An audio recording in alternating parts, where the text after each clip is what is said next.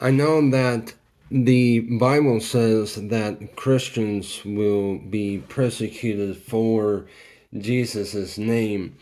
Um, but funny thing is, the world will argue with Christians. Like an atheist would argue with a Christian, a um, homosexual community will argue with Christians. Um, in any religion will argue with a Christian. Muslims will argue with a Christian. Um, Satanists will argue with a Christian, and the list goes on, right?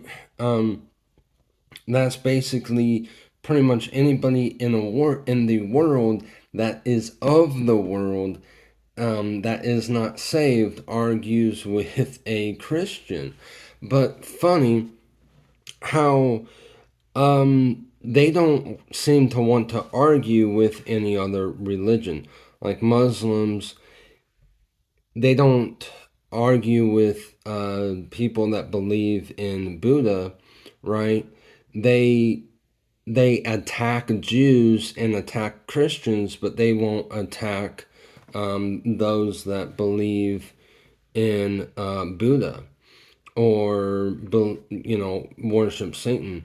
Um, Satanists will attack Christians, but not any other belief, or they don't attack evolutionists. And it's funny how evolutionists and atheists, they argue with Christians about how the world was created, but they will not argue with any other religion.